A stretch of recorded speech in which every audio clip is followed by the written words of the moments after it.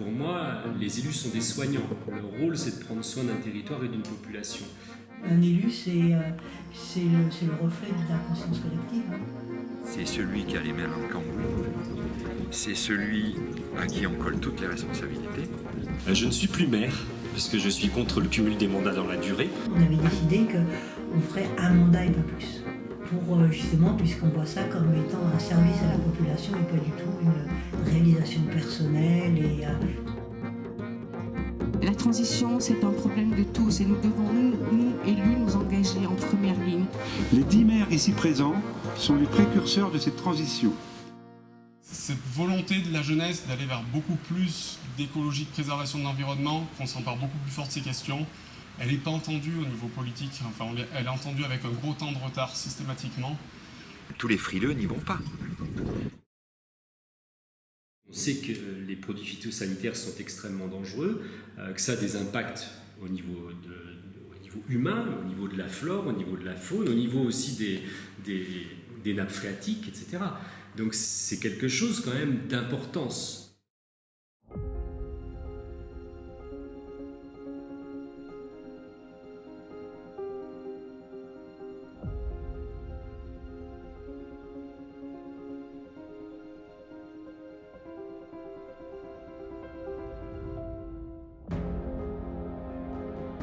Il n'y a pas de pulvé sur la commune. Depuis combien de temps? Depuis jamais. Ah, bravo. Aucun de nous ne met de pesticides. Au contraire, on a été très moteur dans le développement de la bio dans le département. De toute façon, c'est un problème de santé publique aussi. On n'a peut-être plus envie d'avoir des molécules un peu trop nocives qui baladent dans tous les coins. Personne ne paie pour le pesticide, mais ça ne peut pas se faire sans un travail de pédagogie, sans un travail d'accompagnement de nos agriculteurs et de nos éleveurs. Les élus de Puy-Saint-André ont fait un choix. Ils ont considéré qu'on avait fait notre part. Il nous semble très très important d'avoir 0 pesticide sur la commune. Il ne faut pas que nos enfants nous disent ils savaient mais ils n'ont rien fait. Alors il faut y aller, il ne faut pas se retourner, il faut foncer. À la Florie, nous avons réussi la transition vers l'écologie. Tous nos agriculteurs sont en bio. On est déjà sur une dynamique de 0 pesticide. C'est un petit peu plus de travail, c'est certain, mais bien sûr que ça marche. Donc on va être signataire également. Sur notre commune, le 0 pesticide, ça fait longtemps qu'on y est. On ne s'amusait pas à en mettre au bord des routes, on ne désherbait pas notre cimetière avec. On peut y arriver autrement. Il faut peut-être arrêter de vouloir produire des quantités industrielles de choses aussi.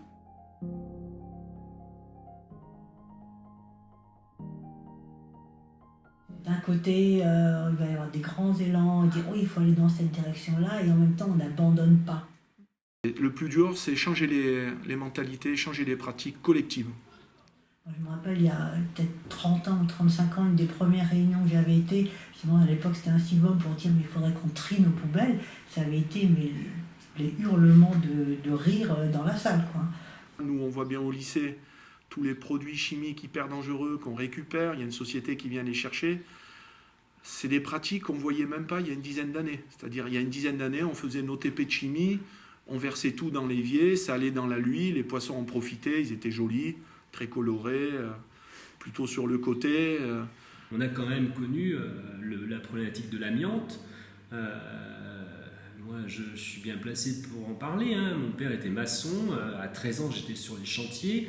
Quand on a vu l'impact sanitaire phénoménal de cette affaire, et là, c'est une autre paire de manches. Donc, il y a aujourd'hui des agriculteurs qui meurent. Ça devient... C'est insupportable, cette situation.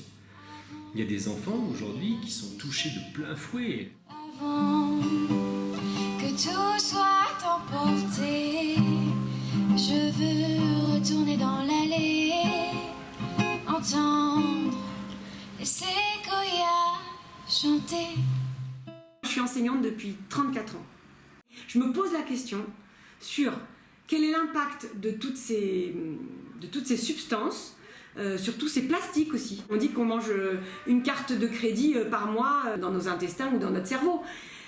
Quand on est petit, ça doit avoir des impacts quand même. Enfin, je sais pas. Moi, je me pose la question parce que je vois bien que depuis 15 ans, Il n'y a jamais eu autant d'enfants avec des troubles de l'attention, des troubles du comportement. C'est grave et c'est énorme. Est-ce qu'il y a une incidence ou pas? Moi, je me dis qu'il n'y a pas que de l'éducatif, il n'y a pas que du social, il y a quand même autre chose. Voilà. Il faut peut-être se poser les bonnes questions.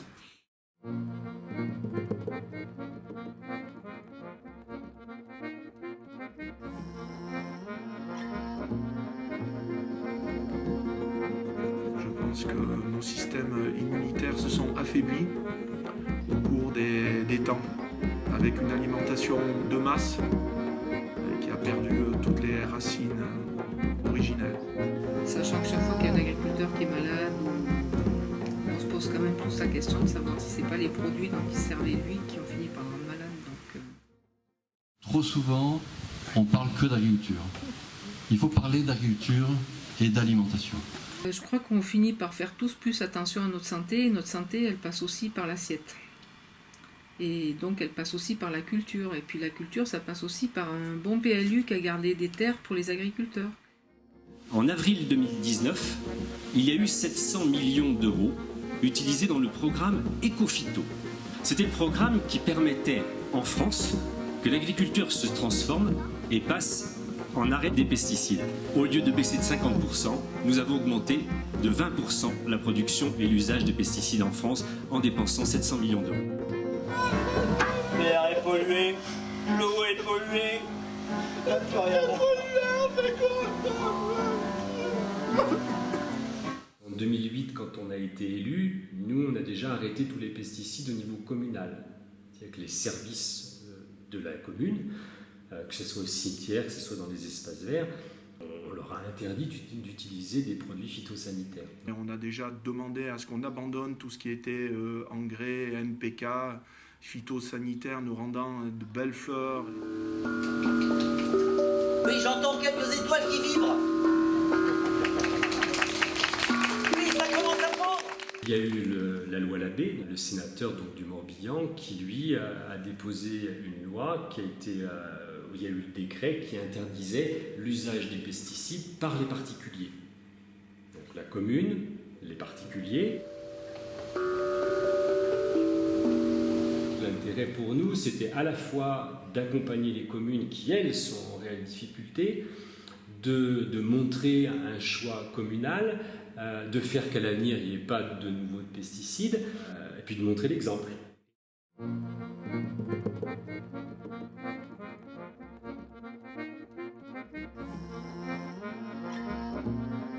Le problème, c'est qu'il y a des agriculteurs du pays qui ont quelques terres et qui, eux, pour le moment, n'ont pas réussi à les convertir. Et donc, on est un petit peu en contradiction avec eux.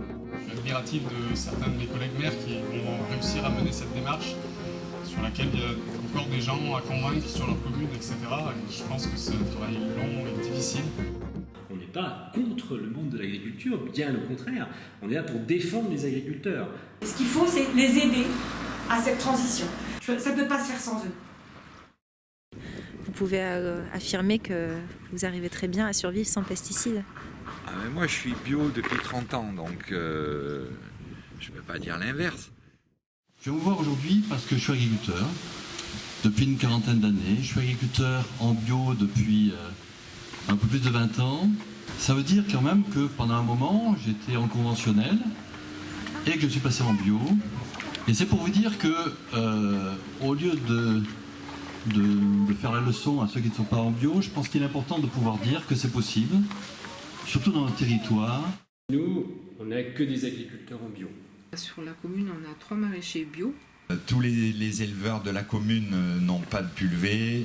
Ils font une agriculture très acceptable pour la planète, très acceptable pour l'humain. Il ne faut pas que le fossé existe entre ceux qui sont en bio et ceux qui ne sont pas en bio. Pourquoi ? Les agriculteurs subissent aujourd'hui. Il faut impérativement qu'on les aide à changer de pratique. Il y a des territoires où c'est plus facile que d'autres. Il y a la nécessité d'un accompagnement. Le zéro pesticide, zéro phytosanitaire, nous nous engageons à le signer parce que c'est trop important. On avait déjà pris un arrêté dans ce sens sur les OGM. Et on nous a l'État nous a répondu qu'on n'avait pas le droit, que c'était une entrave au commerce. Mais on n'est pas tellement aidé par l'État, quoi. Il faut que ça vienne d'en bas, donc c'est nous qui sommes dans le juste. L'État a un discours, il est lié à l'agrochimie, il est lié au lobby du pétrole.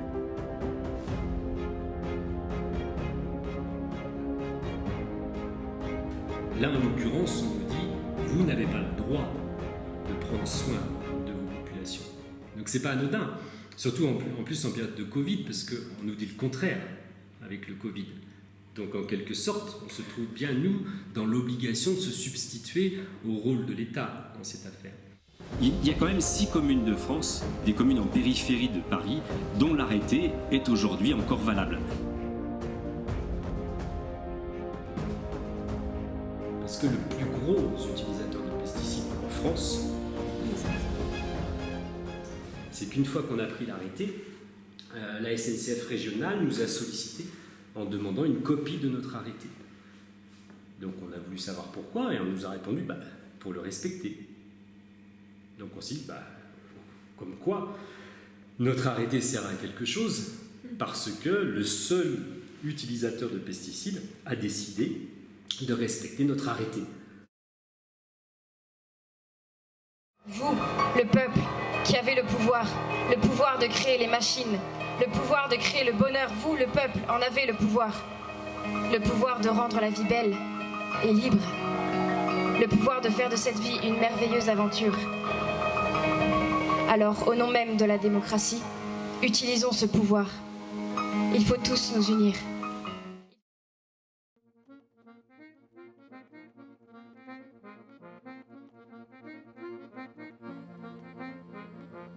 La première intention du PLU, c'est de préserver les terres agricoles.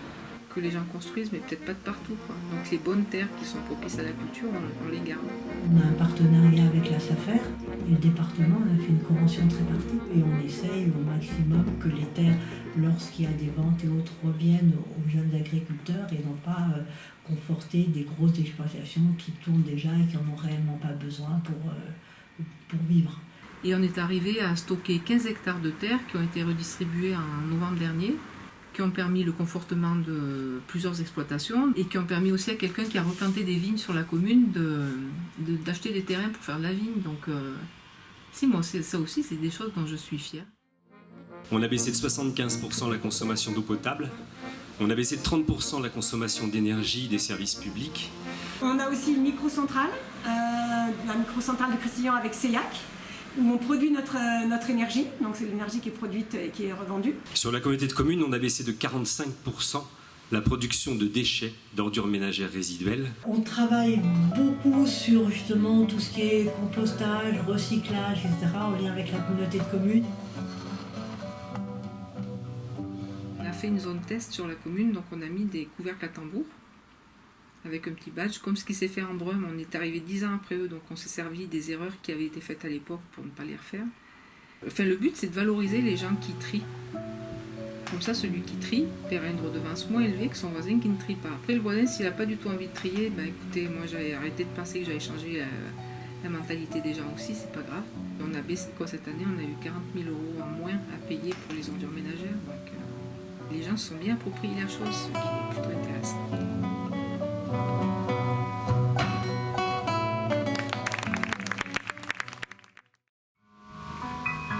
On m'a décrit jadis, quand j'étais un enfant, ce qu'avait l'air le monde il y a très très longtemps. Quand vivaient les parents de mon arrière-grand-père et qu'il tombait encore de la neige en hiver. Une économie aussi des ressources d'eau, ça nous semble vraiment très très important.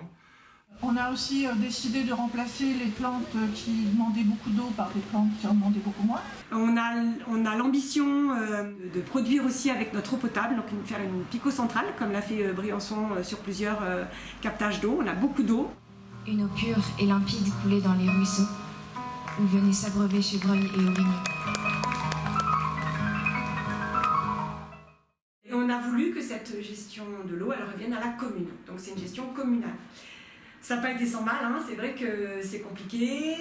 Pour moi, c'est une question de garder notre liberté et qu'on sache exactement à combien nous revient un mètre cube d'eau potable que nous on gère de A à Z.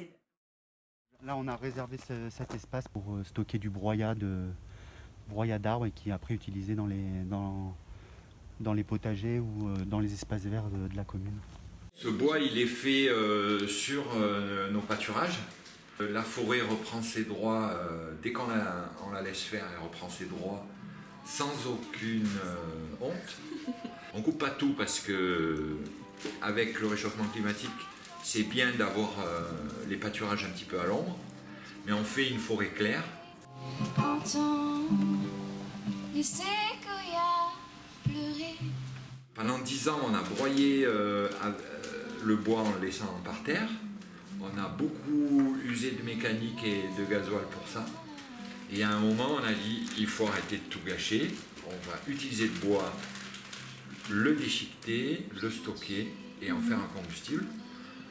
Donc ça nous a même permis de valoriser l'ensemble de l'arbre, les branches, tout passe dans le broyeur, ce qui fait qu'on gagne 30% de volume de bois.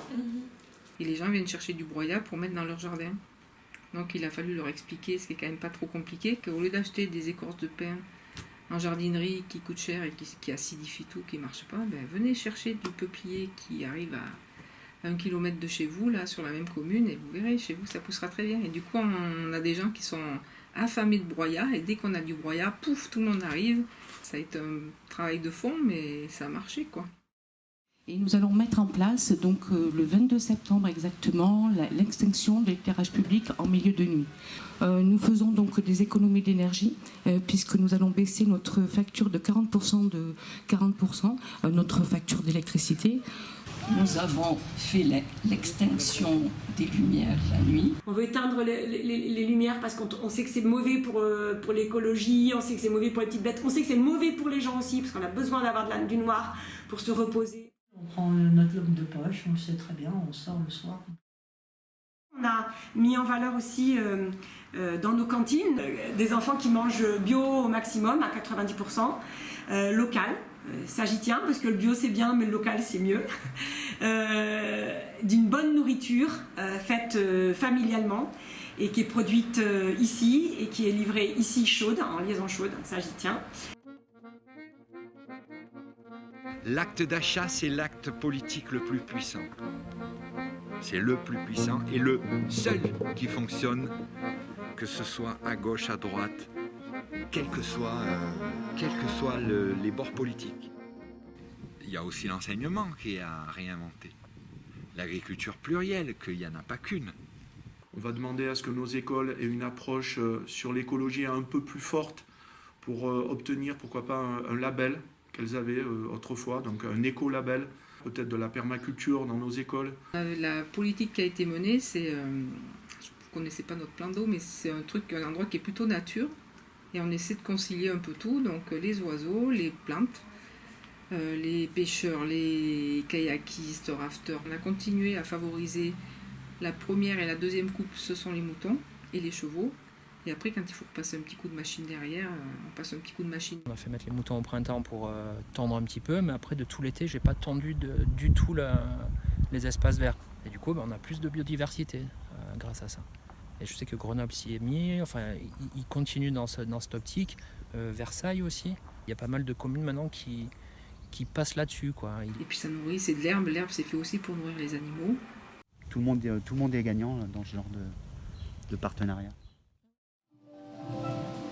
Les rectrices du GIPAE. Dans notre équipe, nous avons nommé un délégué qui s'occupe du bien-être animal.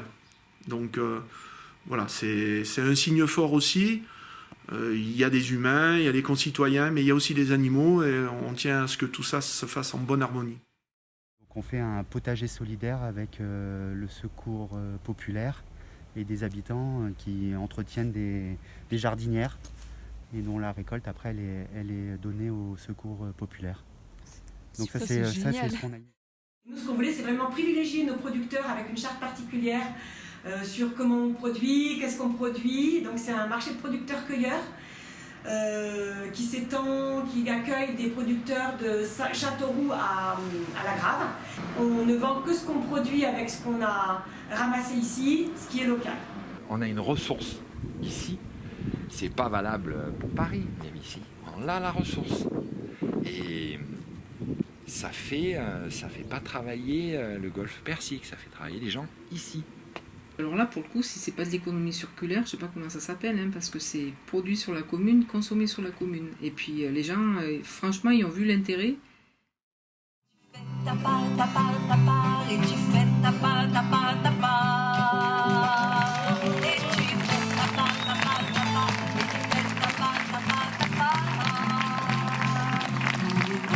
Dans notre commune, le citoyen, il est au centre de toutes nos questions, toutes nos délibérations. Faire sensibiliser, motiver et faire aussi que nos concitoyens puissent s'investir quotidiennement. La mairie et le conseil municipal sont plutôt en soutien que moteur d'eux. C'est les citoyens qui vraiment prennent des initiatives. Je pense que chacun doit faire sa part. Quand il y a des gens de bonne volonté, il ne faut pas non plus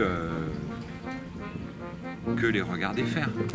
Ceux qui ont envie de changer, il faut qu'ils tiennent le cap.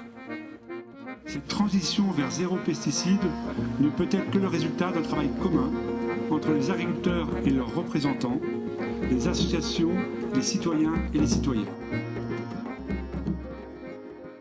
On peut s'aider entre les collectivités, on peut avoir des idées.